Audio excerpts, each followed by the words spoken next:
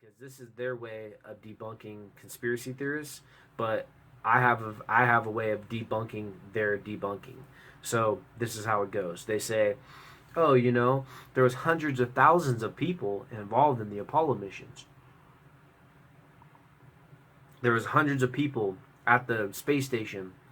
There was hundreds of people in radio communication transmissions with the astronauts. There was hundreds of people tracking everything in real time. There was thousands of people involved from start to finish of this Apollo mission. How could thousands of people be in on it and not tell the public and keep the secret? And how could thousands of people be on it? It's just not likely." And then I go, "Okay, you're right.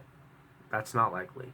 But if the government was going to carry out some type of psyop to uh, deceive the public, then they would also deceive the hundreds of thousands of people that were involved in the Apollo missions and deceive them just like they're deceiving the public. That's the only way that they could get away with it.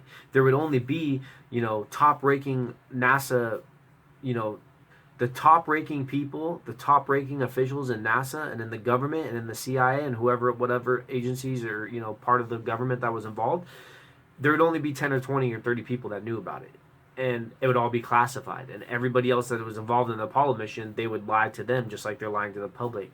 So it's very plausible that, regardless of thousands of people being involved, that it could easily be deceived, because if the government carried this out, then they would not give that information willingly to every single participant of the Apollo mission, especially if it came into the hundreds of thousands of people. They would keep that information to a closed circle. So maybe 20, 30 people, 10 people would be aware. Certain high ranking officials in each agency would be the only ones that had the knowledge of it being staged.